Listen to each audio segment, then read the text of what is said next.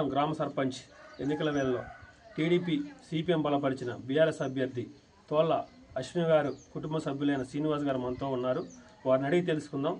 గ్రామ సర్పంచ్ అభ్యర్థిగా మీరు ఎందుకు పోటీ చేయాలనుకుంటున్నారు, అదేవిధంగా చెన్నారంలో ఉన్నటువంటి ప్రధాన సమస్యలు ఏమిటి, వాటి మీద మీరు ఎలా పోరాడాలనుకుంటున్నారు, ఆ సమస్యలను మీరు ఎలా పరిష్కరించాలనుకుంటున్నారు? అందరికీ నమస్కారం. సిపిఎం టీడీపీ బలపరిచిన బీఆర్ఎస్ అభ్యర్థిగా మా తోళ్ళ అశ్విని గారు పోటీ చేస్తున్నారు. పోటీ చేయడానికి కారణం ఏంటంటే, యువత అనేది రాజకీయాల్లోకి వస్తే గ్రామాలు త్వరగా అభివృద్ధి చెందుతాయని పెద్దలు చెప్తుంటారు. అందుకని యువతగా మేము ముందుకు వచ్చాము. మంచిగా ఇద్దరం కూడా గ్రాడ్యుయేట్ చేసినాము.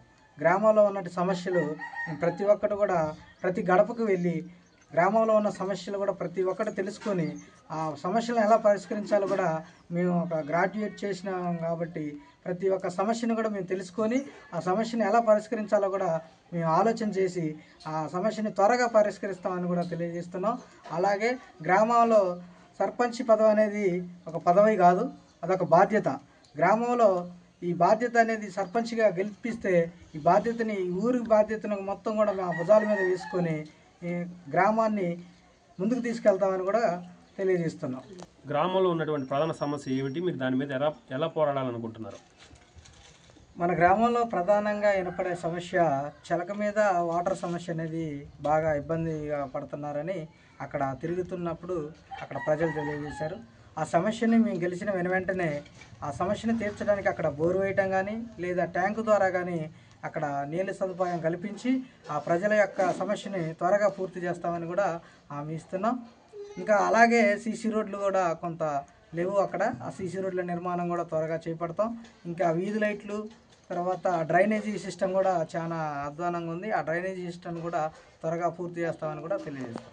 అదేవిధంగా విద్య, వైద్యం అలాంటి సమస్యలు ఏమైనా ఉంటే వాటిని మీరు ఎలా పరిష్కరించాలనుకుంటున్నారు, దాని మీద మీరు ఏ విధంగా చర్య తీసుకుంటారు? ముందుగా విద్యార్థుల్ని కొద్దిగా చైతన్యపరిచి వాళ్ళకి ఉద్యోగ అవకాశాలు కల్పించే విధంగా కొన్ని సంస్థలతో కూడా టైఅప్ అయ్యి వాళ్ళకి ఉద్యోగ అవకాశాలు కల్పించడానికి కూడా ప్రయత్నం చేస్తాం. అలాగే విద్యార్థులు తర్వాత యువత కూడా ఈ చెడు వ్యసనాలకి, తర్వాత మత్తు పానీయాలకి ఇట్లా చెడిపోకుండా వాళ్ళకి ప్రతి నెల కౌన్సిలింగ్ ఇస్తూ వాళ్ళ మంచి మార్గంలో నడిపించడానికి కూడా కృషి చేస్తాం. అదేవిధంగా వైద్యం మీద అవగాహన లేకుండా ఉంటుంది కాబట్టి వైద్యం ప్రతి నెల క్యాంపులు ఏర్పాటు చేసి అందరికి కూడా నాణ్యమైన వైద్యం ఇప్పించడానికి కూడా ప్రయత్నం చేస్తాం. మాకు తెలిసిన కొన్ని హాస్పిటళ్ళు ఉన్నాయి. హాస్పిటల్ ద్వారా ప్రతి నెల క్యాంపులు పెట్టి ఇక్కడ యువతకి కానీ తర్వాత వృద్ధులు, వితంతువులు ఉన్నారు, వాళ్ళకు కూడా వైద్య సౌకర్యాలు సకాలంలో కల్పించి దాన్ని కూడా ముందుకు తీసుకెళ్తామని తెలియజేస్తాం. అదేవిధంగా ఒంటరి మహిళలు, ముసలివారు అంటే వృద్ధులు, వాళ్ళ యొక్క పెన్షన్లు రాక సరైన టైంలో చాలామంది ఇబ్బంది పడుతున్నారని మా వరకు తీసుకురావడం జరిగిన సమస్యని, ఆ సమస్యపై మీరు ఏ విధంగా పోరాడాలనుకుంటున్నారు?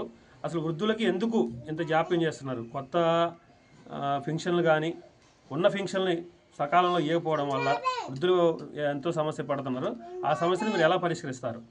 గ్రామంలో ఇది ఒక పెద్ద సమస్యగా మారింది. ఎవరైతే ఎంతమంది అయితే వృద్ధులు, వితంతువులు ఉన్నారో వాళ్ళందరి దగ్గరికి వెళ్తాం మేము.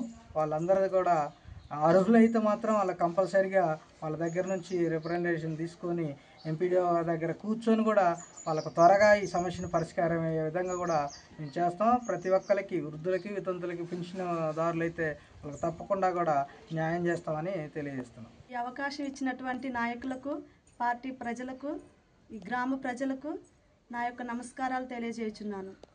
బీఆర్ఎస్ అభ్యర్థి అయినటువంటి తోళ్ళ అశ్విని గారి భర్త శ్రీనివాస్ గారి మాటల్లో మనం తెలుసుకున్నాం. చెన్నారం యొక్క గ్రామ సమస్యలు అన్ని తమ సమస్యలుగా స్వీకరించి ప్రతి సమస్యని పరిష్కరిస్తాం.